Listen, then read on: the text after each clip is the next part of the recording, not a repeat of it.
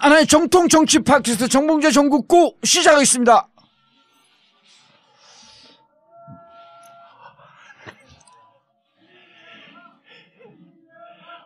여기서 들리네 바깥의 소리. 자, 오늘 함께 하실 분 최강욱 변호사. 예, 안녕하세요. 최강욱입니다. 이제 팬카페 회원이 한 명으로 줄었어.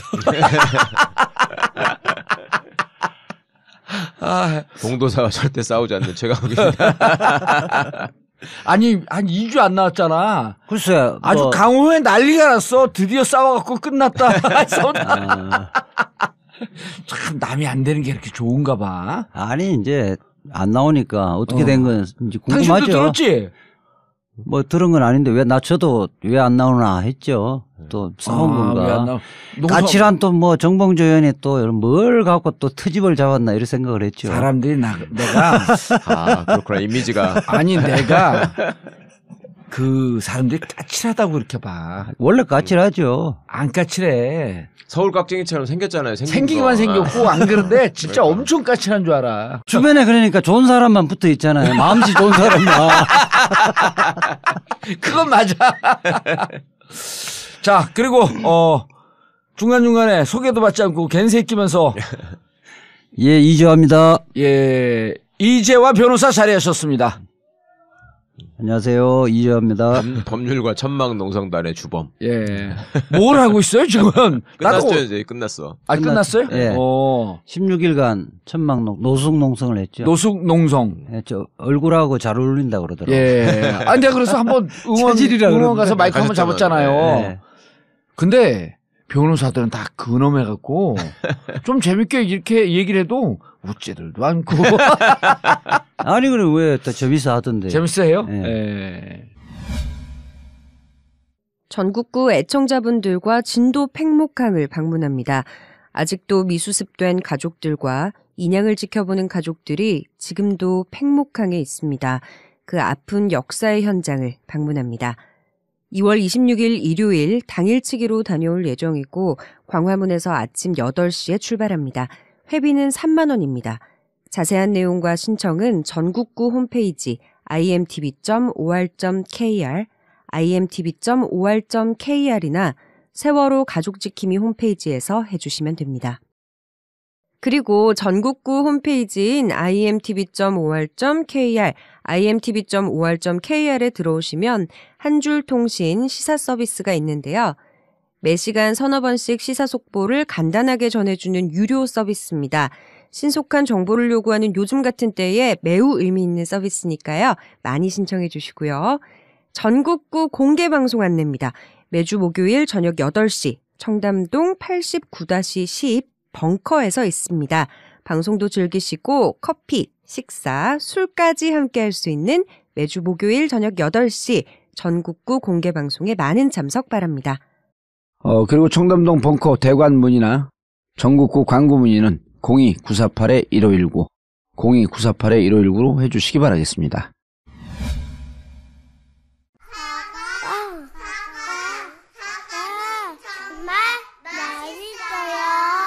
껍질째 먹을 수 있는 새콤달콤 우리 농장 사과입니다.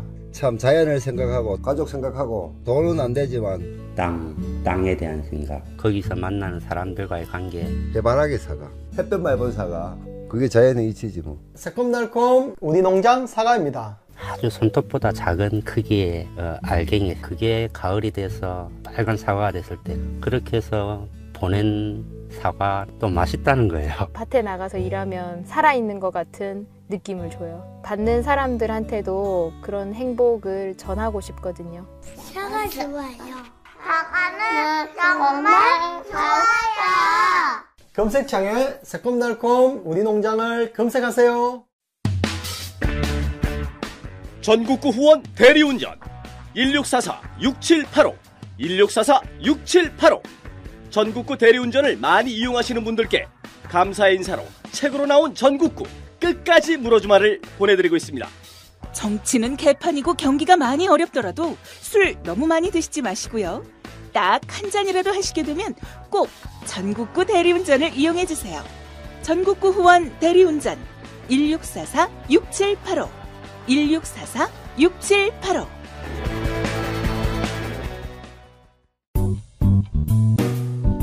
꽃피는 봄, 결혼 시즌이 다가오고 있습니다.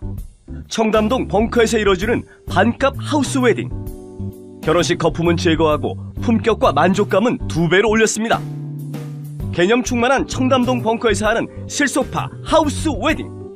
이미 벙커에서 결혼식을 한 커플들과 가족, 주위 친구 친지들의 만족감은 최고입니다. 벙커 하우스 웨딩. 문의 02542-7764, 02542-7764. 책임지겠습니다.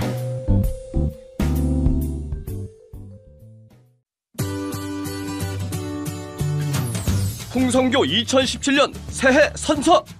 하나, 풍성교를 통해 머리가 났다는 주장을 절대 신뢰한다. 둘, 눈팅만 하지 말고 풍성교를 즉시 실천한다. 셋, 반드시 풍성해진다. 풍성교 실천하여 젊은 자신감 되찾아오자.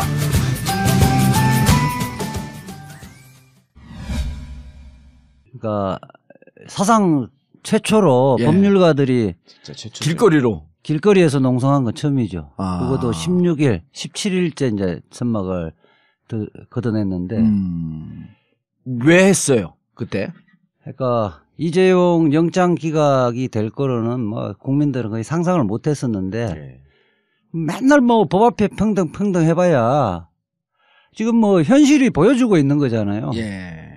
그러니까 뭐 사상 최초의 그 뇌물 공여 액수로는 가장 큰 액수잖아요. 그렇죠. 그리고 이재용은 430억 투자해서 3조 이득을 취했잖아요. 왜요? 아니 합병으로 인해서 얻은 이익이 한 3조야? 3조 정도예요. 와. 그리고 자기가 완전 후계자로 그렇죠. 자리 잡은 거 아니야 이제. 3대 세습을 완성을 한 거죠. 그리고 그게 뭐 대통령이 강요에 의해서 돈을 줬다 하더라도 가사 그렇다 하더라도 96억이면요. 보통 횡령의 액수가 1억이면 구속 사유인데 일반인들은 96번 구속될 사유예요. 그러니까 지금 조현 판사는 횡령 부분에 대해서는 판단도 안 했죠. 판단 안 했죠. 대통령이 뭐 달라고 한다고 지 돈 줘야 되는데 왜 삼성전자 돈을 주냐 이거지. 설사 줬다고 할지라도 그렇죠. 그냥 아무 그 강요에 의해서 줬다고 하고 그렇죠. 뇌물이 아니라고 할지라도 그렇죠. 삼성 돈을 빼냈으므로 횡령이다. 그래서 그때 영장 칠 때 이거였잖아요. 뇌물죄. 그다음에 그 횡령, 위증. 그렇죠. 근데 뇌물죄만 평가한 거 아니에요. 그러니까 특검이 이제 뭐 열 몇 명을 구속을 했잖아요. 이재용 영장 기각을 하면 그동안 법원에서 구속영장 발부한 사람 다 풀어줘야 돼. 이화여대 교수들 이재용의 범죄에 비하면 세 발이 피죠. 그것뿐입니까? 그 이재용 승계 작업에 동원되느라고 그 역할을 맡았던 문영표는 얼마나 불쌍해. 그러니까. 문영표는 왜 근데 간에 거강꾼 역할을 한 사람 아니에요. 얘기를 하대 또. 청와대 지시 없었다. 그건 자기가 알아서 했다는 거예요? 그건 무슨 바보도 아니고. 예? 아니 그럼 자기가 알아서 하면 그럼 그 사람 또 이제 계좌 뒤져봐야지 그럼 삼성으로부터 뇌물 받은 거 있는지. 그래 이제 그 무렵에 사실은 구정도 끼고 이래서 이게 촛불 열기가 좀 식어가는 국면이었어요. 시골 사람 구정이래 구정. 구정 설. 참 시골 사람이야. 구정이라면 시골 사람이라 그래요? 그럼요. 연식이 있는 설 연휴가 있어서 그리고 특별한 이슈도 없고 이래서 좀 촛불 좀 식어갈 타이밍인데 이 문제를 또 법률가들이 나서지 않으면 아니 법원이 판사가 기록을 열심히 보고 뭐 판단했는데 잘 판단했겠지 이렇게 흘러가 버릴 수가 있었어. 우리들이 나서지 않으면 잘하셨어요. 이거는 그냥 덮일 수도 있다. 이렇게 해서 변호사 202명이 서명을 하고 법학 교수들이 로스쿨 교수들 177명에서 202명 빼면 몇 명이에요? 52명. 55명. 55명의 이제 교수들이 참석했는데, 실질적으로는 농성에 좀 적극적으로 참여한 사람들은 한 5, 60명 되죠. 난 아주 추운 날 갖고 이제 마이크 잡았는데, 내 앞에 이제 조국 교수하고 내가 했는데, 꽤 감동적이었어요. 그 추운 날. 대한민국에 정말 잘 나가는 인권과 민주주의를 사수했던 전면에 있었던 딱 보니까 권영국 그 변호사도 앉아 있고. 걔네들 입장에서 볼 때는 상습범이 둘이 있었지. 권영국 이재화. 늘 나오는. 늘 나오는. 그럼 나는 어디 다른 방송 가서 그랬어요. 이재화 변호사가 민변 회장 떨어진 거에 대한 한풀이를 하고 있다. 민변 집행부에는 집행부는 서명을 참석 안 했고 저하고 이제 권영국 변호사하고 이도구 변호사하고 또 민주주의 법학연구회 이호중 교수하고 조국 교수가 우리가 이제 영장 기각 새벽에 했잖아요. 예, 1월 19일 날. 예, 낮에 기자회견하고 우리가 나서야 되겠다. 제가 제안을 했죠. 그렇게 해서 몇 사람하고 이야기를 해서 자기가 제안했다 그러던데. 솔직히 같이 있었죠. 같이 있어서 그냥 그렇게 다니는 거지. 같이 있어서 제가 제안해서 구체적인 추진을 그 교수들 서명하고 그날 당일날 4명이 앉아갖고 조국 교수는 이제 우리 전화 통화를 했고 권영국 변호사랑 저랑 이제 후배 변호사 한 2명이랑 해서 저는 이제 병남기 농민 때 전공의들이 나서고 의사가 나서면서 이게 분위기가 확 국민들의 설득력이 있었다는 거여서 우리도 그렇게 해서 우리가 나서면 달라질 거다. 그렇게 해서 시작을 한번 해보자. 조국 교수한테도 연락하고 이호중 교수한테 연락하니까 마침 또 민주법원 올해 1월 달부터 회장이 됐더라고요. 누가요? 이호중 교수가 서강대 이호중 교수가 오늘 또 운영위원회가 있다. 그래서 공식 논의를 하겠다 해서 바로 이렇게 되고. 근데 반향은 좀 있었어요? 감동은 있었는데 반향은 있었어? 아니 사실은 전국에서 지지하는 사람들이 굉장히 많이 왔었죠. 많이 왔고 어떤 차 대절해서 왔더라고요. 오, 차를 대절해서. 그리고 이런 게 진짜 의미가 있어요. 근데.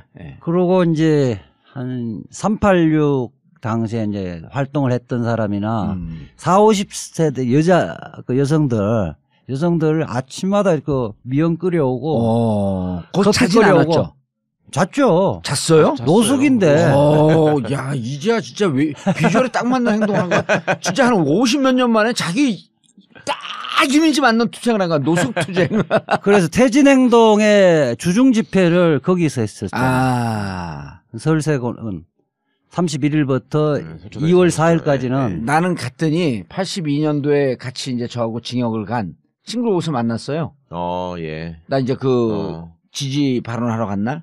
그래서 몇십 년 만이고 오래간만이라 했더니 내가 일이 있었고 주말에 일을 하는데 주말에 촛불 집회 한 번도 못 나갔다니까. 주말에 일을 해갖고. 근데 여기 한다 그래서 여기 왔다 그러는데 가슴이 짠하더라고. 그 내가 농담으로 이제 이랬지.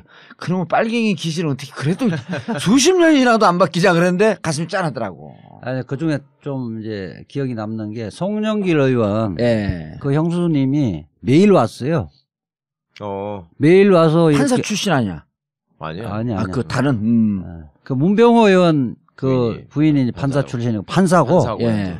송영길 의원 형이 판사 아니에요? 형의 부인이 왔다는 거 아니야? 아니 송영길 의원의 부인. 부인이 매일 왔어요. 매일 와서 플랜카드 들고 같이 했었어요. 그래서 송영길 의원도 등 떠밀려 한 2분 정도 왔었지. 하루는 제가 발언을 시켜드렸어요. 시민의식이 근데 하여튼 이번 저기에 대해서 제가 하얼빈 갔다 온 뒤로 처음이라서 말씀드릴 기회가 없었는데 아까 듣다가 생각나는데 하얼빈 공항에 내렸거든요. 근데 어떤 아주머님이 이렇게 몇몇 분들을 붙잡고 뭘 물어보시는 것 같아요. 저한테만 오시는 거예요. 혹시 최아무개 아니냐. 그래서 맞는데 왜 그러시냐고 그랬더니 우리 일행들한테 제가 그 최 맞냐고 물어보셨던 것 같아. 최광욱이냐고. 그러더니 북경에 계시는 선생님인데 세월호 국민조사위원회가 출범을 했잖아요. 거기에 성금을 좀 보태고 싶었는데 중국에서 송금할 길도 막연하고 그래가지고 계속 한국 사람 누구를 만나면은 전해달 주려고 공항에서부터 계속 이렇게 주목을 하고 오셨다는 거예요. 그러다가 정봉주 의원이나 누구를 만나면 줘야 되겠다 생각을 하고 말하자면 그런 생각을 한 거지. 머릿속으로 그냥 주진우가 있다거나 이러면 그랬는데 이제 정봉주 의원은 안 보이고 껄짝이 하나 보이니까 이제 쟤도 비슷하게 해도 되겠다 싶었나 봐. 그래갖고 봉투에다가 그동안에 계속 담아갖고 다니는 그 봉투가 보면 다 달았어. 거기에 스위스 프랑으로 1000프랑이 100만 원이 넘어요. 그러면 와. 그거를 전해주시더라니까. 꼭 가서 좀. 근데 또 스위스 프랑이야? 모르겠어요. 그건 하여튼. 그러니까 스위스 최순실하고 연관이 있나? 야, 그래가지고 와서 그거를 저 조사위원회에다가 보내드렸더니 예. 그 양반들도 감동을 해가지고 그러니까. 중국에서부터 그렇게 그런 마음들이 있는데 참 머리 만지는 여자가 있었어요. 아니 그러니까 지금 몇 차예요? 15차 동안 근 한 3개월 동안 대한민국 민주의식이 300년이 발달을 한 것 같아. 우리도 그날 마지막 날 2월 4일 날 퇴진운동 사전 집회를 법원 상거리에서 했잖아요. 그렇게 해서 강남역 삼성 본관을 한 바퀴 돌면서 거기서 마무리 집회를 했었는데 일단 그 경찰이 법률가들이 집회하고 행진을 한다고 하니까 금지 통보를 안 해요. 왜냐하면 뭐 말 잘못했다가 당신들 불법이야. 그리고 이제 법원 앞에서 바로 우리에게 천막을 쳤잖아요. 이제 법원의 권한은 아니고 서초구청의 관할인데 대집행을 서초경찰서가 대집행을 문의를 했는데 서초구청 자기들은 안 하겠다. 변호사들이 그게 하는데 자기들은 괜히 구설수에 휘말릴 필요 없다 그러니까. 안 했다는 거예요.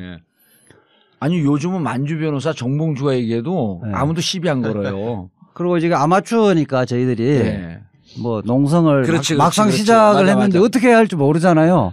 한 분 한 분 오시면서 노하우를 다 전수를 해주시더라고요. 처음에는 왕년의 역전의 용사들이 그렇죠. 농성 해보신 분들이 처음에는 이제 석유 난로도 우리는 안 구했죠. 갖다 주신 분이 있는데 이제 오랫동안 있으니까 머리가 아프더라고요. 그리고 후배가 또 오더만은 발전기 대여를 하루에 4만이면 할 수 있다. 그래갖고 이제 전기 양판을 깔았죠. 그것도 함부로 봐야지. 그리고 요즘은 그 전기만 있으면요.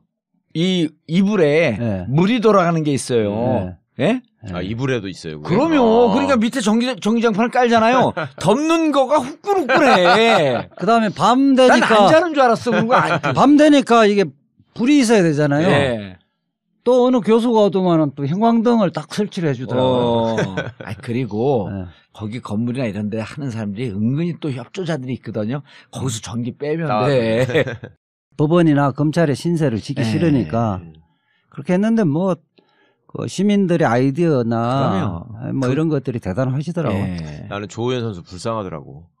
엄청 소심한 사람인데 엄청 놀랬을 것 같은데. 조의원. 그러니까 그 농성 시작하면서 이틀 후엔가 그 조윤선하고 그 비서실장 누구? 김기춘이가 아마 둘 중에 한 명은 영장 기각될 수도 있었을 텐데. 나도 1대1로 될 거라고 봤거든. 그 우리가 농성 시작하면 한 게 아마 영향이 좀 있었을 거예요. 송창호 판사, 부장판사. 영향이 있었죠. 송창호 쳤죠. 알겠습니다. 그런데 특검에 대해서 쓴소리 한마디 해야 되겠다.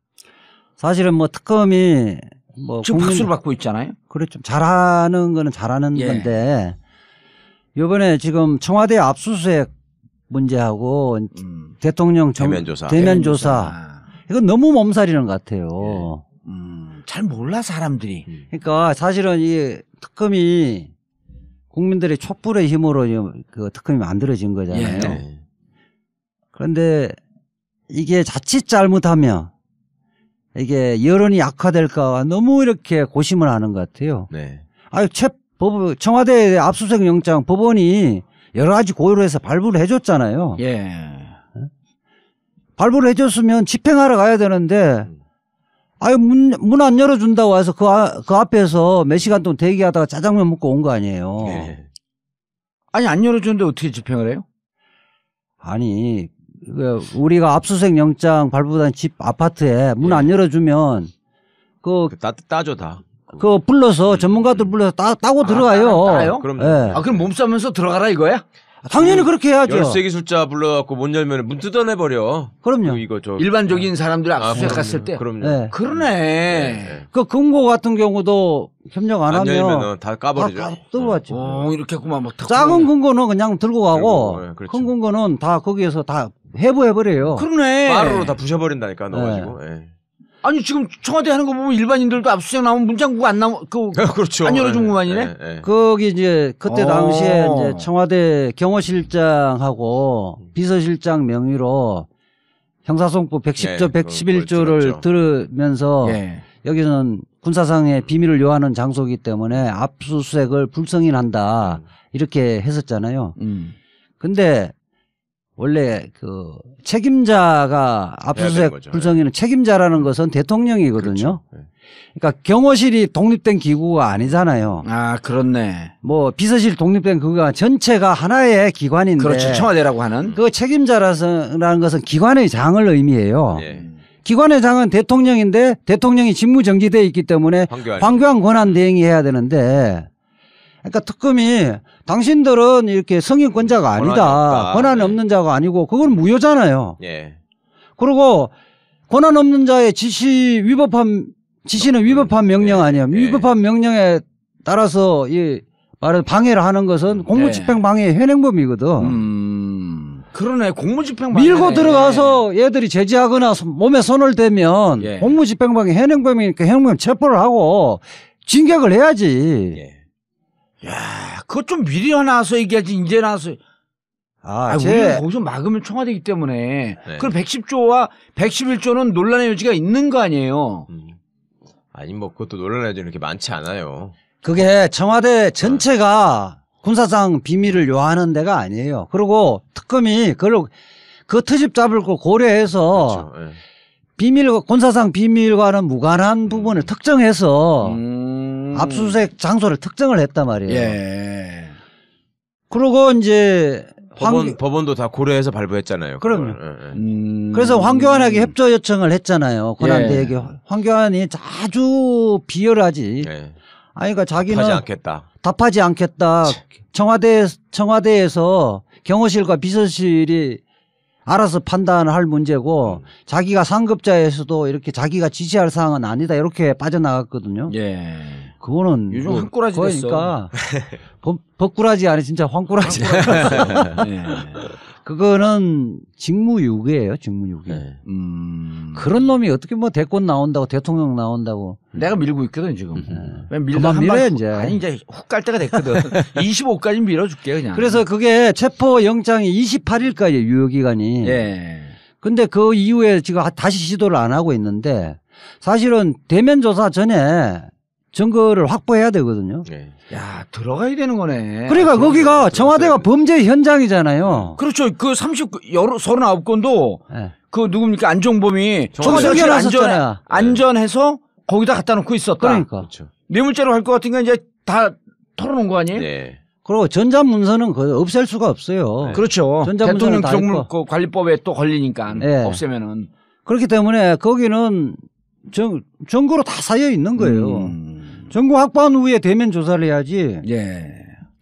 증거 확보하지 않고는 다 추론만 갖고 이렇게 대면 조사를 하게 되잖아요. 그래도 그러니까 대면 조사 전에 일단 압수수색 들어가서 강제 집행해라. 그렇죠. 그리고 우병우의 증거 확보에도 상당히 필요한 증거들이 많이 있을 거예요. 그러니까 증거로 다 그 청와대 자체가 범죄 소굴이었기 때문에 곳곳에 증거가 다 있을 거예요. 딱 이 귀에 꽂히네. 그러니까 범죄 앞에는 타협하면 안 돼요. 증거를 놔두고 포기하면 안 되는 거죠. 수사기관의 그 사명이 그거예요. 범죄엔 타협을 먹고 증거 앞에는 물불을 가르고 그 증거를 확보를 해야죠. 다른 데서는 그랬잖아요, 검찰이 지금까지.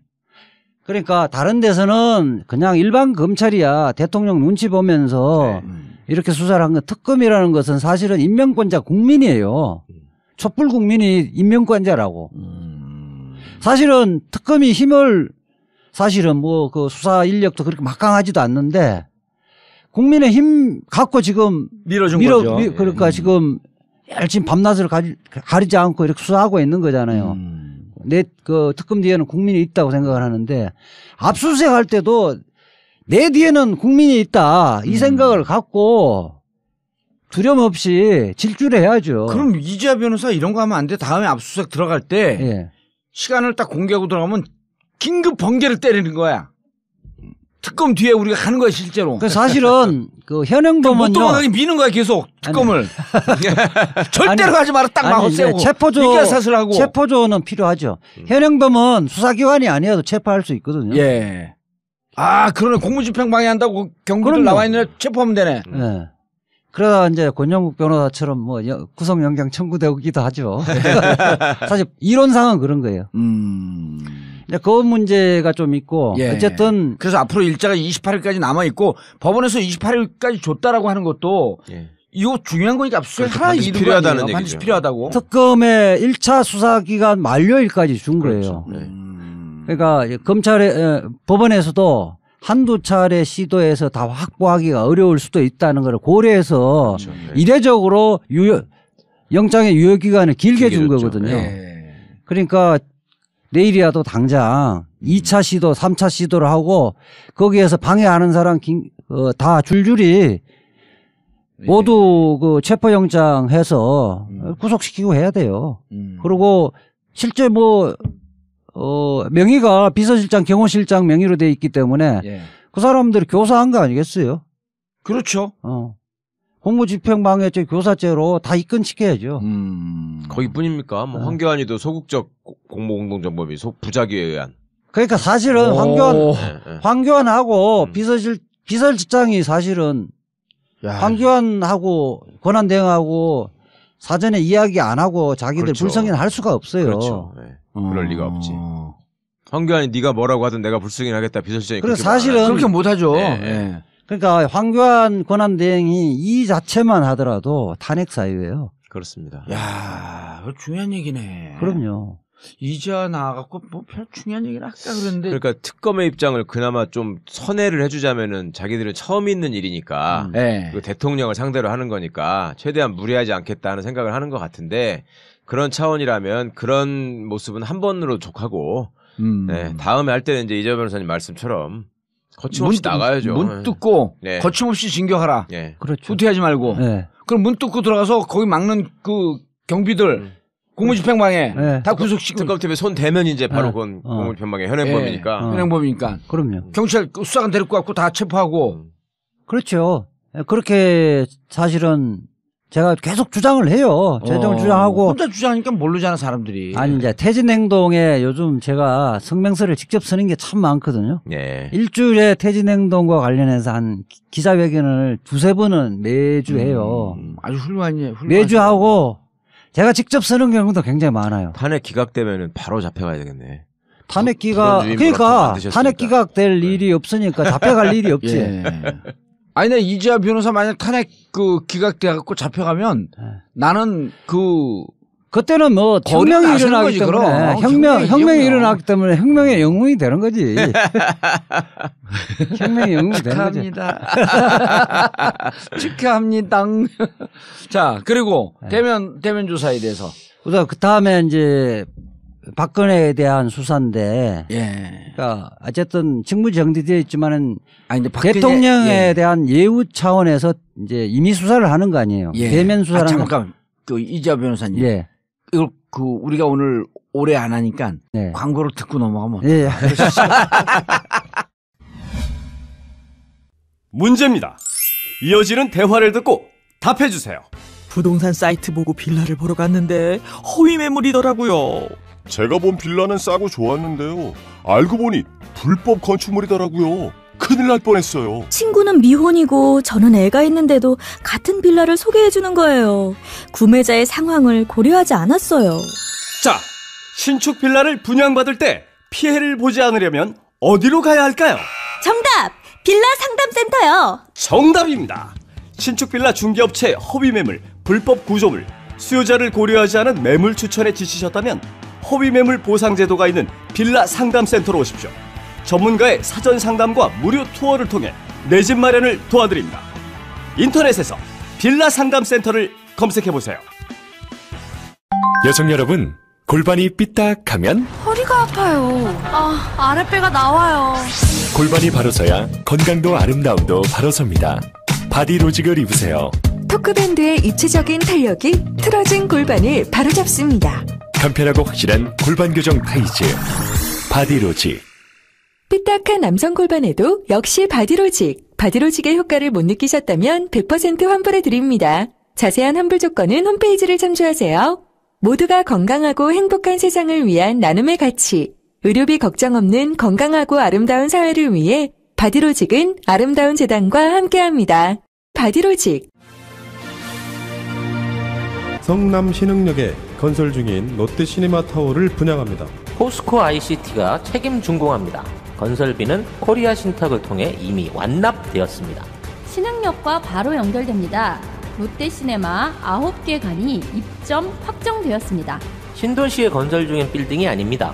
현재도 공실이 거의 없는 지역입니다. 성남 신흥역 롯데시네마 타워.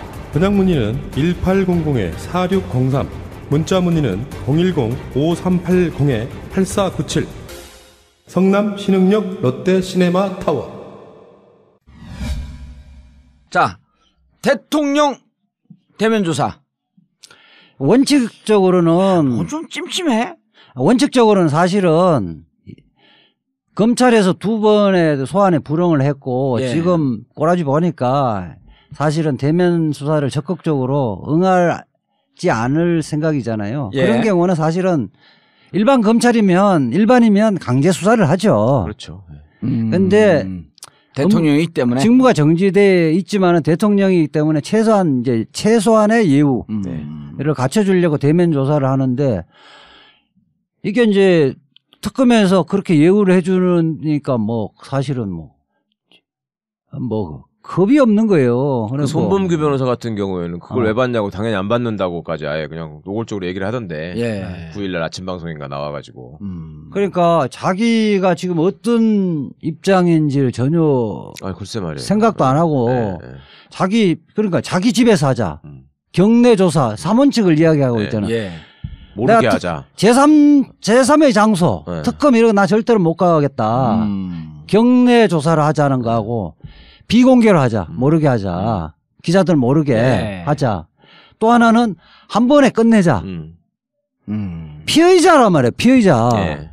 이게 우리가 이야기하면 내가 예컨대 뇌물을 뭐 공여를 했다. 이렇게 하면 검찰이 이자 변호사 언제 검찰 몇 호에 출석하라고 그러면 내가 그렇게 검찰인데 이야기하는 거예요. 우리 집에 와라. 우리 집에 아니면 내 수사 못 응하겠다. 그리고 아무 얘기도 알리지 마라. 그렇죠. 그 우리 경비도 알지 못하게끔 하고 그리고 또 하나는 한 번에 끝내자. 이런 피의자를 어디 있으며 이걸 들어주는 특검이 수사기관이 어디 있어요. 그리고 또 그거는 지금 그것도 비공개 소환 날짜를 대면 조사 날짜를 언론에 흘렸다는 이유로 지금 깽판 치고 있잖아요. 이거는 결국은 임의 수사를 거부한 거나 마찬가지예요. 소환에 불응한 거나 마찬가지이기 때문에 우리 형사소송법에는 소환에 불응하면 체포영장 발부하도록 돼 있어요. 근데 대통령은 체포영장 발부할 수 가능하죠. 할 수 있죠. 대통령은 헌법에 기소만 못하겠구만. 그러니까 검찰 지금 특검 내부에서도 세게 강력하게 나가자라고 평검선 그렇게 얘기한다는 거 아니에요? 그렇다는 거죠. 아니 그게 우리가 항상 이야기하잖아. 법치주의 예외라는 건 명시적인 거예요. 국한되는 거예요. 기소만 못한다는 거지. 그러니까 조사를 못한다고 해버리면 기소를 못한다는 말 할 필요가 없는 거예요. 죄가 있는지 없는지를 알 수가 없는데. 그러니까 애초에 입건을 못한다고 써있어야지. 그 이름이 불소추 특권이 되면 안 되죠. 조사는 다 하되 대통령의 업무라는 것들은 보호를 하고 임기가 끝나면 처벌하는 그때 기소를 곧바로 기소를 하라는 거거든. 그래서 그 부분에는 공소시효가 정지돼 버려요. 임기 중에는. 그게 이제 정상적으로 대통령 업무를 할 때는 가능하면 그래도 임의 수사를 최대한 하는 것이 좋겠죠. 대통령의 업무에 영향을 미칠 수 있으니까. 지금은 영향을 미칠 업무가 없잖아요. 업무가 정지돼 있는 상태인데. 그 안에서 뭐 드라마나 보고 있고 그럴 거 아니에요. 드라마는 보고 요즘은 또 마음 놓고 주사도 못 맞으니까. 도깨비 끝나가지고 볼 것도 없다던데 드라마 요새. 그러니까 옛날 거 뭐 뒤져갖고 또 보겠지. 아니 요즘 대면 조사 안 나오고 그러는 이유가 한간에서 그런 소문이 돌더라고. 이제 요즘 얼굴 상해서 얼굴 리프팅도 못 하고 보톡스도 못 맞고 그러니까 풍선에 바람이 빠질 수도 있겠다. 근데 저것도 안 되잖아. 올린 머리가 안 되잖아. 제일 중요한 게. 그 두 가지 때문에 못 나오고 있다. 청담동에 미용사 아주머니는 못 토니안 가이도 못 들어가거든요. 정원장. 그러니까 지금 올린 머리도 못 하지. 그다음에 보톡스 못 맞지, 필러 못 맞지. 그럼 못 나오는 거예요. 그럴 수도 있겠네. 그러면 그래갖고 막상 이게 지금 탄핵이 된 다음에 보안 손님들이 일체 이제 못 들어가는 거예요. 기자들 다 또 진을 치고 있고. 농담이 탄핵이 된 다음에 탄핵이 되고 이제 그것도 이제 우리가 좀 따져봐야 되는데 만약에 체포되고 가면은 사람들이 대통령을 체포하라는데 이상한 할머니를 왜 체포했지? 이럴 수 있다는 거예요. 얼굴이 바뀌어갖고. 보톡스 안 맞아봤잖아요. 그러니까 제가 지금 만약 보톡스 안 맞으면 이제야 할아버지쯤 돼요. 계속 맞아서 지금 팽팽하게 핀 거야, 이게. 그 주기가 얼만데요? 얼마 만에 맞아야지 안 풀리는 건데요? 이제 좀 싼 데 가서 맞으면 한 6개월 만에 맞고. 왜냐면 뒤를 놓아갖고 눈도 못 뜨게 만들어버리니까. 약을. 근데 이제 저처럼 적당히 탁탁탁 맞으면 이제 3개월 내지 4개월 단위로. 야, 그런 걸 뭐 공개적으로 또 이야기 하나 나 처음 봐. 아니, 맞는 걸 맞는다 그러죠. 아니. 그거 말 안 해도 아무도 뭐 이야기 안 해요. 궁금해 하잖아. 사람들이 왜 저렇게 얼굴이 뺀뺀한지. 보톡스는 또 이게 가면은 김영란법에 걸릴까봐 그 사람 뭐 놔주고 싶어 하거든요. 막 이렇게 영양주사 놔주고 싶어요. 그런다 딱 그러죠. 김영란법에 걸립니다. 원장님 놓지 마세요. 그 3, 4개월 한 번씩 맞아야 되는데. 자, 근데 이제 일정을 시나리오를 한번 좀 잡아보자는 거예요. 예? 특검이 연장되지 않았을 때. 특검이 연장되지 않고 특검법이 개정이 안 되면 2월 28일 날 끝납니다.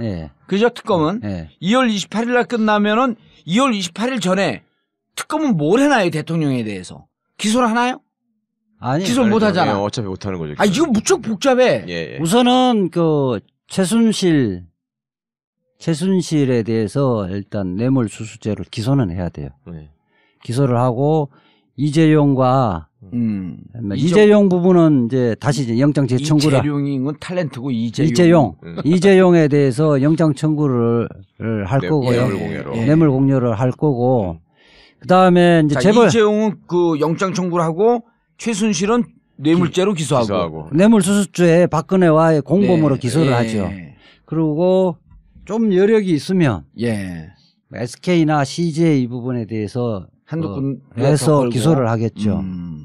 그렇게 하고 대통령 같은 경우는 뭐 대통령에 대해서 어떻게 하냐는 거예요. 그 기소 중지를 하겠죠. 기소 중지를 해놓고 이제 기소는 하면서 중지하는 거 어떻게 되는 거예요? 기소 중지라는 것은 지금 현재 대통령은 소추를 할 수 없으니까 그걸 해도 되고 안 해도 되는데 명확하게 하기 위해서 기소 중지 사유를 재임 기간이기 때문에 기소 중지를 해놓는다 하면 일반 검찰에서는 재임 기간이 끝나면 자동으로 이 부분을 기소를 해야 할 의무가 생기는 거예요. 기소 중지를 풀어야 되는 거죠. 그런데 그런 건가요? 그러니까 기소 중지라는 거는 원래 기소를 할 수도 있는 사안인데 예를 들면 중요한 참고인에 어디 도망가가지고 조사가 안 됐다거나 본인이 또 안 나타난다거나 이럴 때 이제 하는 거거든요. 그러니까 이런 경우는 그 경우는 아니고 대통령을 기소할 수 없도록 돼 있는 헌법이 있으니 임기 중에는 기소를 못 하니까 우리가 중지해 놓는다. 그런 의미죠. 자, 그럼 그렇게 해놓고 그러면 탄핵이 돼. 탄핵 인용이 된 데는 전제하에요. 탄핵이 되면 그날로 기소 중지가 풀리죠. 민간인이 되니까. 자동으로 풀리는 건 아니고. 그러니까 검찰에서 검찰이 처분을 하는 거죠, 이제. 검찰에서 기소 중지를 풀고 민간인 박근혜를 불러서 조사를 한 이후에 뭐 영장을 치거나 영장 쳐서 좀 더 구속을 시켜서 10일간 조사하다가 기소하거나 그다음에 좀 더 부족하면 10일을 연장해서 한 이후에 구속 기소를 하는 거죠. 3월 9일 날 그다음 3월 13일 날 3월 초에 탄핵이 됐다. 아니 탄핵이 된 게 아니고 이거 무척 디테일하게 상상을 해봐야 돼요. 3월 9일 날 일자가 잡혀. 선거 일자가 잡혀요. 근데 대통령이 3월 8일 날 해외 일정을 지금 해외 나갈 수 있어요 없어요? 지금은 출국 금지를 안 해놨을. 나가면은 자기 돈으로 나가야죠. 아, 자기 돈으로 나가는데 네, 3월 8일 날 나가.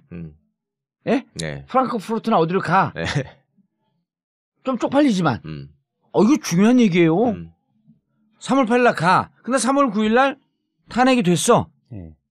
정치적 박해다. 네. 나 못 들어오겠다. 거기 망명선언을 해버려. 아니 그 전에 3월 8일 날 예를 들어서 나가려고 하면 공항 가서 잡아와야지. 그거는. 그러니까 아니, 이 상상 충분히 가능한 지금은 그러니까 뭐 그 이야기 중요한 말씀하셨는데 예. 지금 기소만 못하지 예. 모든 약간데 뭐 수사나 압수수색, 그다음에 이렇게 출국 금지 이런 예. 것들은 다 할 수 있거든요. 예.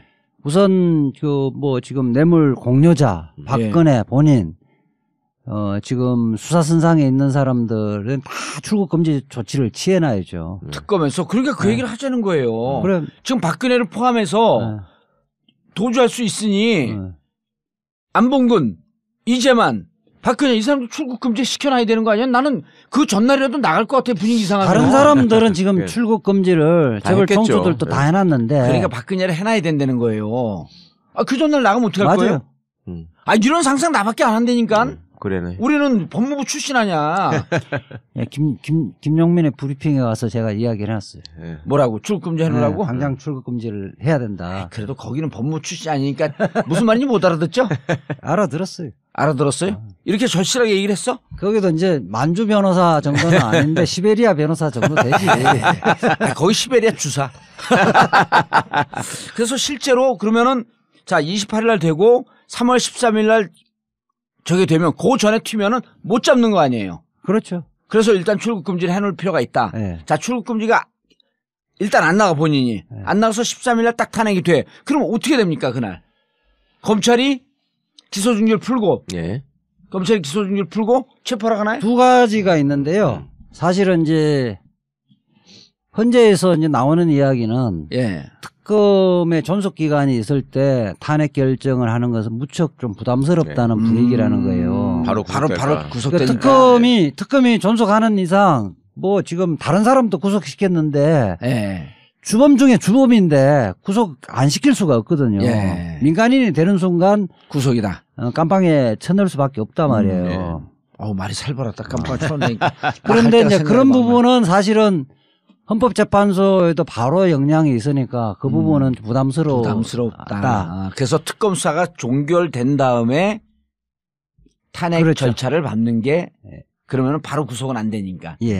그런 측면이 있고 이게 이제 특검이 그 존속 기간이 연장될지 그렇지 않을지. 아니 일단 지금 연장 안 되는 전제에서 그러니까 연장이 안 되지면 일반 검찰이 이제 권한을 가는 거죠. 일반 검찰이 이제 불러서 수사를 해야 되는데. 그럼 그때 수사의 근거는 특검에 해놨던 거를 근거로 승계를 받는 거죠. 승계를 받고. 다 받는 거죠. 근데 이제 이때는 만약에 진짜 탄핵이 되면 승계를 받는다고 할지라도 이렇게 되면 대통령 선거 바로 있어야 되고 이제는 세상이 정상 궤도로 찾아간다라고 사람들 검찰도 믿고 있기 때문에 누구의 눈치를 볼 사람도 없는 거 아니야. 황교안 눈치를 볼 이유도 없고. 이제 정상적으로 좀 해야 되는 거 아니에요? 그렇기는 한데 사실은 특검처럼 일반 검찰이 의지를 갖기는 어려울 거예요. 이제 국민들이 이제 계속 푸시를 해야죠. 국민들이 사실은 아마 그렇게 민간인이 되지면 박근혜 구속이 아마 요구가 폭발적으로 나올 거예요. 아니 우리 옛날에 그 언제입니까? 87년도에 전두환 이순자 구속 투쟁했던 경험들이 있잖아요. 또 우리가. 지금은 그보다는 몇백 배의 그 요구가 높아질 거예요. 그렇죠. 자, 그래서 이제 일반 검찰로 넘어가는 그런 구도가 되고, 자, 또 하나는 이제 두 번째 경우 연장이 됐어요. 혹은 특검법 개정안이 발의가 됐고 30일 내지 50일이 연장이 됐어. 그렇게 되면 민간인이 되는 순간, 그러니까. 탄핵 결정이 이 경우도 무조건 그 출국 금지를 해놔야죠. 당연하죠. 탄핵 결정이 나는 즉시 그 효력이 발생하기 때문에 그때부터 민간인이 되지고 청와대에서는 방 빼야 되고 그러면 청와대는 방 빼야 되고 방 빼는 순간 바로 긴급 체포를 해서 특검이 바로 앞에 기다리고 있다가 데리고 와야지. 데리고 긴급 체포를 해서 그래서 우리는 무상급식 환영 플래카드 들고 48시간 동안 조사를 한 이후에 구속영장 청구를 하죠. 예. 그럼 법원에서는 뭐 100% 발부하게 돼 있죠. 법원에서는. 예. 아니 뭐 죄가 한두 가지여야지. 글쎄 말이야. 그러면은 일단 특검법을 연장하는 게 혹은 특검법 개정안을 내는 게 더 시급하네. 가장 시급하죠. 내가 왜 이 얘기를 자꾸 하냐면 저쪽에서 이 시뮬레이션을 갖고 계산을 하고 있다는 거 아니에요. 예? 아니 심지어 그런 얘기도 나왔잖아요. 지금 새누리당 쪽에서는 오히려 박근혜가 구속돼서 끌려가는 모습을 보여줘가지고 그 소위 진해 지지 세력의 그 분노 내지는 연민의 감정을 폭발시키는 것이 우리가 사는데 좀 더 유리한 거 아니냐. 어? 그 생각을 한다는 얘기까지. 그 당연하지. 그래서 그 사람들이 이래갖고는 안 되겠다. 우리가 진짜 한번 선거 제대로 해보자. 하면서 똘똘 뭉쳐야 되는 거예요. 그 새누리당에도 그러니까 새누리 아니죠. 요즘 뭐 자유한국당이라고 바꾸겠다는 거지. 자한당. 바꿨어요. 아니 자기네 그 인준 절차는 안 끝났잖아요. 그 자유당. 자유당이 저는 박근혜 구속되는 걸 그거 봐요. 그래야지 이게 확 모이거든. 그거 모였다가 그냥 펑 터져버리는 거지. 쫙 모아가지고 투망으로 딱 떠내는 거야. 팡 터져버리는 거지. 특검 내부 분위기는 좀 어때요? 지금 특검 내부 분위기는 지금 뭐 하여튼 39건 이후에 좀 많이 고무돼 있다 그러던데. 일단 삼성의 이재용의 영장 청구에 영장 발부될 거 좀 자신감이 있고. 우병우 우꾸라지도 이제 재청구하면 발부 받을 수 있다는 자신감을 갖고 있고. 어쨌든 지금 최순실과 박근혜에 대한 뇌물수수 부분은 뭐 사실은 대면 수사 하나 그렇지 않느냐가 중요한 건 아니고요. 뇌물 기소를 하는 데는 문제가 없다. 그렇고 이제 다른 재벌들까지 수사 부분은 어디까지 할지는 특검 기관하고 관련이 있어서 아직까지는 좀 그 부분에 대해서는 이야기를 안 하고 있는 것 같아요. 삼성을 만약에 최 변호사님 뇌물죄로 가게 되면 그 이후에 이런 거 아니에요? 일반 검찰로 넘어간다고 할지라도 뇌물죄로 삼성이 구속 기소가 되면 여기에서 지난번 이제 어떻게 이번에 놀지 모르겠지만 예를 들어 미르하고 K스포츠 재단에 눈 202억 이것까지는 뇌물로 가게 되면 요게 하나의 선례가 됐고 나머지 기업들도 줄줄이 다 가는 거 아니에요? 그런 거 아닌가요? 그 범죄 사실은 약간 다르잖아요. 왜 뭐 사면의 대가로 돈을 줬다라는 것도 있고 뭐 여러 가지가 있는데 일단은 검찰이 고민해야 될 거는 그거죠. 그게 이렇게 해서 넘어와서 이제 공소유지를 하게 되면 특검하고 현재 검찰이 기소해낸 사건하고 충돌되는 모순되는 지점이 있으니까 지난 시간에 말씀드린 것처럼 강요죄냐 뇌물죄냐 부분을 정리를 해서 왜냐하면 직권남용이냐 이게 특검이 기소를 해도 내내 중앙지방법원에 기소를 해야 되고 그러면 법원은 역시 지금 재판부에다가 배당을 할 겁니다. 그러면 재판부 입장에서도 그걸 한번 정리를 해야 되잖아요. 그러니까 그 문제가 좀 남아 있어요. 지금 박주민 의원이 개정법에도 공소장 변경 부분에 교통 정리를 어떻게 할 것인가는 그걸 특검에다 다 넘겨달라는 명시에 지금 안 돼 있죠. 그렇죠. 현행 법안에 안 돼 있는 거 아니에요? 그런데 최순실이 그 특검 수사 관계없이 기왕에 기소돼 있던 부분하고 어제 시간에 얘기했어요. 그러니까 그 부분에 교통 정리 부분이 요 특검법에 개정법에는 명확하게 안 돼 있는 것 같은데. 아니 그것도 넣었어요. 그게 명확하게 돼 있어요. 그래서 특검이 다 하는 걸로 공소유지를 특검이 하고 공소장을 변경할 수 있게끔 하자는 거거든요. 두 가지는 들었죠. 50일하고 50일 들어가 있고 그다음에 지금 공소유지 그다음에 인지된 관련 사건이 아니라 인지된 사건 요 세 가지거든요. 그 부분은 뭐 우리 민변 변호사들하고 좀 다 토론하고 상의해서 한 건데 저는 조금 아쉬운 게 딱 하나가 있어요. 이미 냈는데 뭐 또 아쉬워. 뭐가 아쉬워? 또 뭐 토론 과정에서 추가될 수도 있는 건데. 그 문제는 어쨌든 이 특검법 개정안이 빨리 통과되지면 청와대 압수수색을 형사소송법 110조, 111조 예외 규정을 그 압수를 할 수 있게 예외 규정을 넘어갈 수 있게 넘어가서 그냥 뭐 제한 없이 압수할 수 있도록 규정을 그 압수수색에 대해서 내가 첫 번째 처음에 특검법에 그거 넣어야 된다고 했었는데 압수수색을 해야만이 그다음에 타고 넘어갈 수 있으니까 지금 세계 항의회에 압수수색을 할 수 있는 110조, 111조를 좀 더 명확히 해석하는 그렇죠. 거기에 예외 규정을 110조에도 불구하고 할 수 있도록 하는 규정을 예외 규정에도 불구하고 넣어두면 사실은 특검이 편하게 수사할 수 있고 편하게 압수수색할 수 있고 아쉬움은 좀 있어요. 최소한 입증 책임 전환만 시켜놔도 뭐예요, 그건 입증 책임 전에 말씀드린 것처럼 압수수색을 하는 게 원칙이고. 근데 군사시설 비밀이라면 니네가 입증해서 왜 군사적 기밀인지 이게 입증을 못하면 압수수색을 그렇죠. 무조건 한다. 입증되면 돌려준다 이런 식으로 하면 돼요. 입증되면 그것까지 있어서 아니 토론하는 과정이 아니야. 그 문제는 이제 현실적으로 그 문제가 그러니까 보수 뭐지? 유승민이 있는 데가 보수 정당, 바른 정당을 어떻게든 끌어들여야 아까 그 선진화법을 아니 선진화법 필요 없어 이게 왜냐하면 상임위가 법사위잖아요. 다른 상임위에서 올라온 것은 그 뭡니까 법사위에서 5분의 3 이렇게 돼갖고 국회 선진화법에 걸리는데 법사위 법안은 위원장이 상정을 하거나 그러니까 바른정당의 그 법사위원장이 그렇죠. 법사위원장이 상정하면 되는 거예요. 권성동이 이제 그 바른정당 소속이어서 바른정당을 설득을 하려면 지난 시간에 얘기를 했는데 이거는 법사위 문제가 아니고 정당 간에 야3당 간의 대표들이 합의를 하게 되면 자기는 그거에 따르겠다 이렇게 얘기했다는 거예요. 권성동 위원장이. 김진태하고 이쪽 법사위 간 사람 또 누구죠? 우리 쪽은? 어쨌든 박봉계. 맞아. 저쪽은 김진태니까. 요즘 불멸의 태극기 전사 아니야. 김진태. 간사들이 합의하고 올려줄 가능성은 없으니 권성동이 올려줘야 되거든. 상정을 해야 되는 거거든요. 자, 그리고 이제 그러면 특검이 28일 날 끝나면 그냥 흐지부지 끝나는 거네, 그럼. 뭐가 흐지부지 끝나요? 대통령에 대해서도. 대통령 부분 어느 정도 할 텐데. 사실은 아까 대통령이 3선급만 있는 게 아니라. 여러 재벌 총수들한테 돈 받은 게 있잖아요. 그거 다 마무리 못 한다는 측면이 좀 있고. 지저분하게 해놓은 게 많아가지고 그거 마무리 못 하고. 그 다음에. 그리고 어제 박주민 변호사가 뭐라 그랬냐면 장차관들이 지금 여기저기 걸려 있다는 거 아니에요.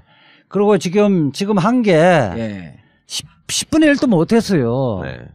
특검에 시민단체 고발한 사건 한두 건이 아니잖아요. 예컨대 관제대모 정경련을 통해서 관제대모 한 거 다 이 직권남용으로 다 고소고발해놨지. 그 업무일지 누구지? 김영환 업무일지에 나오는 김기춘의 범죄 그 한 트럭이잖아, 한 트럭. 다 지금 그 블랙리스트만 일부 했지. 거기에 다 통합진보당 해산에 관련했던 거, 정교조 관련했던 거, 심지어 판사 징계하라는 것까지 다 건데. 그런 것까지 조사를 하려면 이거 사실은 1년 해도 모자라는 거예요. 맞아요. 아니, 그러니까 지금 청와대 수석 비서관 회의가 범죄 모의하는 거였었잖아요. 다이어리가 어떻게 세상에 전부가 범죄와 관련된 모의야. 맞아. 다이어리가 김영환 다이어리도 그렇지만은 안종범 다이어리 다 범죄잖아, 봐. 그게. 다이어리라고 얘기하지 말고 이제는 비망록 업무일지. 도승지의 사초.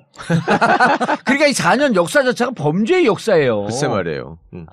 이런 나라가 다 있습니까? 일반 정책, 제가 업무일지 다 봤잖아요. 정책과 관련되는 거 하나도 없어. 다 가서 방해해라, 괴롭혀라 이런 얘기만 있는 거죠. 그러고. 돈 받아와라, 돈 받으라고 지시해라, 미얀마 대사 찍어 놓으라, 그 다음에 그 관세, 저거 뭐예요? 그 관세? 인천 쇠관 공무원 바꿔라.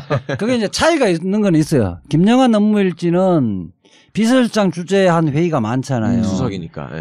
거기는 이게 수첩 보고 이야기를 하지 않잖아요. 김기춘은 머리가 좋으니까. 그렇게 하면 낱말만 이렇게 적혀 있는데 안종범은 기본적으로 적으라고 맨날 야단치니까 그리고 말을 하는 사람이 보고 하잖아요. 수첩 보고. 그렇죠. 최순실이가 이야기한 걸 수첩에 깨알같이 기재를 해놓고 그거 읽잖아요. 어떨 때는 1시간 동안 적었다는 거 아니에요. 그거는 문장이 많아요. 보통 박근혜 대통령 얘기는 단어만 있는데. 김영환. 그러니까 김기춘이 할 때는 단어만 적혀 있단 말이야. 근데 안종범은 문장이 많다. 그럼 박근혜가 문장 써 있는 걸 읽으니까. 써 있는 걸 그대로 읽으니까. 전화로. 그러니까 그래서 그 증거의 가치로서는 안종범 수첩은 그것만 보면 다 알죠. 그 김영환 거는 소재 어떤 거 관련해서 이야기했던 거 나오지. 육하 원칙에 따라서 기재된 게 아니거든요. 그러니까 사실은 불러서 수사를 해야지. 근데 이제 그분은 안 계시니까 이미 그렇죠. 망자가 됐으니까. 그래서 이런 얘기도 있더라고요. 그 안종범하고 정호성의 차이를 정호성은 녹취록이 나온 거 아니에요? 예. 아, 이제 우리 여기 분들한테 좀 우리 청취자분들한테 알려줘야 되는데 녹취록은 녹취된 거는 핸드폰 녹취된 거예요. 지우면은 포렌식 기법으로 복구가 돼야 안 돼요. 되죠. 다 돼요. 녹취된 건 안 된대요. 녹취된 건 안 된대. 무슨 말이지? 음성 파일은요. 지우잖아요. 포렌식 기법으로도 복구가 안 된답니다. 그래요? 파일만 복구가 되네. 파일만. 이 핸드폰 안에. 그래요? 그 특검도 잘 몰랐다 이번에 알았대. 근데 정호성은 안 지웠잖아요. 왜 정호성은 녹취를 했고 안종범은 왜 기록을 한 줄 알아요? 몰라. 안종범은 공부를 잘했었잖아. 메모하는 게 탁월하대. 아, 그게 차이가 있더라고요. 예, 정호성은 나 같은 경우도 누구하고 얘기를 하면 막 메모를 못하고 녹음을 해놓거든요. 그리고 그걸 다시 풀어요. 또 내가 또 풀기 싫으니까 스크립 전문가한테 보내고 쫙 풀어. 그리고 없애버려라 이러거든요. 정호성은 못 받아 적은 거야. 그러니까 대학 다닐 때 학점을 잘 받는 사람 보면 메모를 잘 노트 정리가 기가 막히게 돼 있는데 정호성은 다 못 받아 적었다는 거야. 우리는 이제 공부를 못하는 야단 맞으니까 당신도 공부 잘했지. 아니, 저도 공부를 못했는데 공부를 못해. 하는데 좀 맵자 적다가 막 동그라미 치고 별표 치고 양수하고 있는 거야. 아니 나는 그래도 고등학교 차석으로 졸업했어요. 고등학교 졸업을. 그 뒤에서 차석이라며? 152명 중에 151등. 그래도 차석이 어디야. 그 우리 152등 하는 놈은요. 전설의 1등이야. 걔는 올 백지 0000. 아, 신림동에도 보니까 이제 그때 옛날에 복사 가게에서 노트 정리 잘 된 거를 팔았는데 제가 이제 신림동에 한동안 좀 강의를 했었잖아요. 야, 노트 기가 막히게 잘 써놨더라고. 자기가 강의한 것부터 더 잘해놓죠. 자, 그래서 이제는 이거를 물어봐야 많은 사람들이 이 뇌물죄가 일반인들이면 역사상 가장 증거가 많은 뇌물죄라는 거 아니에요? 아, 그럼요. 그렇죠.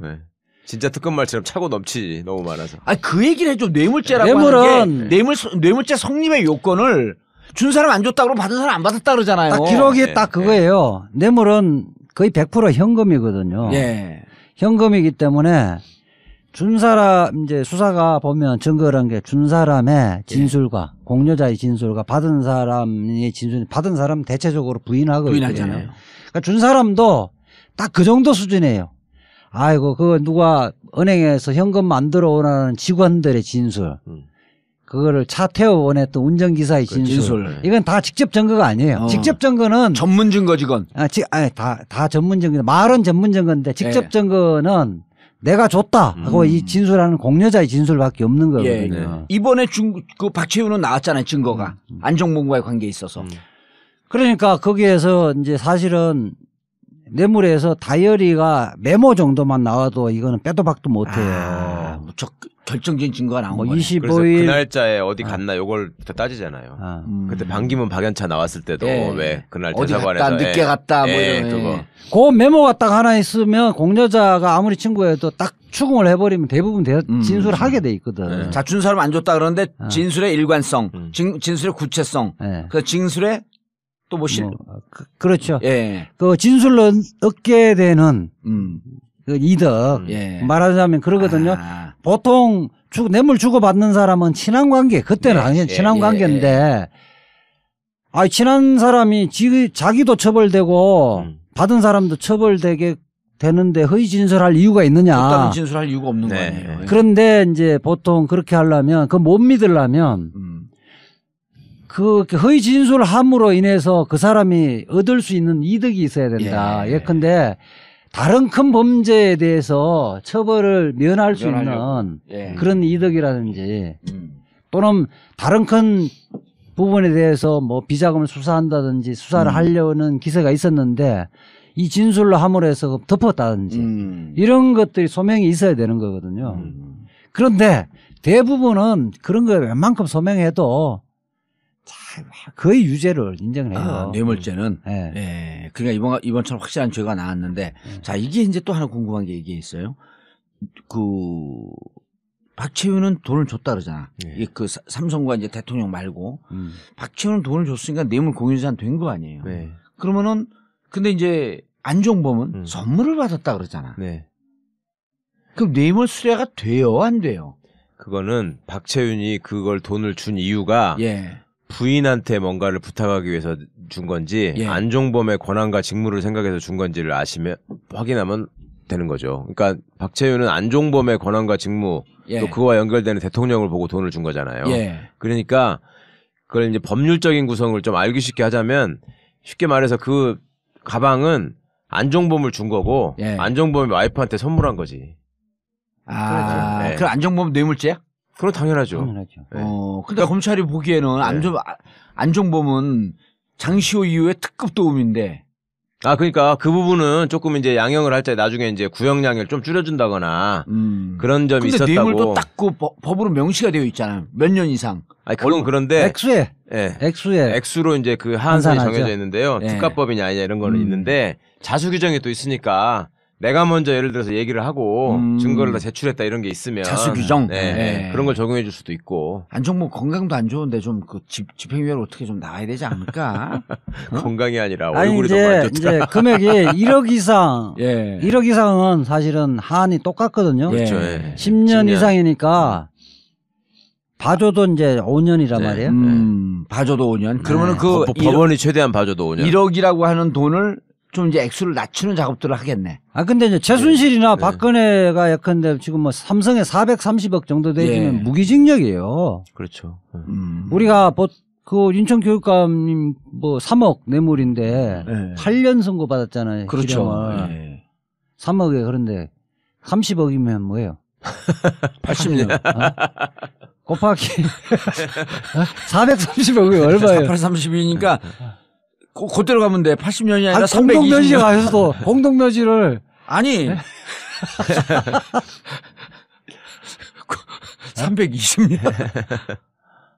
그러니까 공동묘지에도 이제 바깥에 딱 해서 이제 구치소처럼 교도소처럼 딱 만들어 그 안에 공동묘지를 만들어놔야지. 알겠습니다. 자, 검찰은 특검은 이제 오늘 우리 얘기 들으면 일단 압수수색에 대해서 진격하고 그다음에 현행범으로 체포하고 그다음에 출국금지 시키고 두 번째. 그다음에 무조건 특검법 연장이나 혹은 특검 기간 연장. 연장을 하고. 근데 두 번째 그 뒤에 건 안 될 수 있어도 무조건 출국금지를 해라. 그리고 대면 조사 신경 쓰지 말고 청와대 압수수색 진격하라. 그리고 헌재가 연장이 돼서 헌재가 3월 9일 날이나 이제 탄핵 결정을 하면 9일이나 13일이에요. 정문 앞에 기다리고 있다가 아니 체포조 우리가 만들지. 그래도 이제 특검이 그래도 광 좀 팔게 해야죠. 아니 가서 에어싸고 인간띠 못 도망가게. 그러니까 특검이 또 뭐 범죄자를 체포하러 가기에는 좀 쪽팔리니까 특검보가 가서 수갑 뒤에 호주머니에 수갑 딱 넣고 긴급 체포 딱 해와서 48시간 조사해서 구속영장 청구하고 서울구치소에 가서 이제 무상급식을 시켜야죠. 집어넣고 다음날 아침에 바로 불러가지고 또 조윤선처럼. 그러니까 근데 하더라도 학문조사 이런 건 안 했으면 좋겠어. 안 해. 지금 없어졌다니까. 없어졌어. 그래도 좀 보겠지. 안 봐요. 절대 못 봐. 안에 밀폐된 공간에 혼자 들어가서 저거 뭐예요? 그 뭐지? 레이저로? 내시경 같은 그게 있는데 거기에 앉으면 끝이에요. 못 봐요. 앉았다 일어나요? 그 의자에 앉았다 일어나는 거야. 그거 김대중 대통령 이후에 다 바뀐 거예요, 그게. 그거는 즐겁나 그래도. 알겠습니다. 3월 9일, 3월 13일 우리의 위대하신 각하 박근혜 대통령 각하께서 무상급식 받는 그날까지 쭉 가겠습니다. 정봉재 전국구 마치겠습니다. 감사합니다. 감사합니다.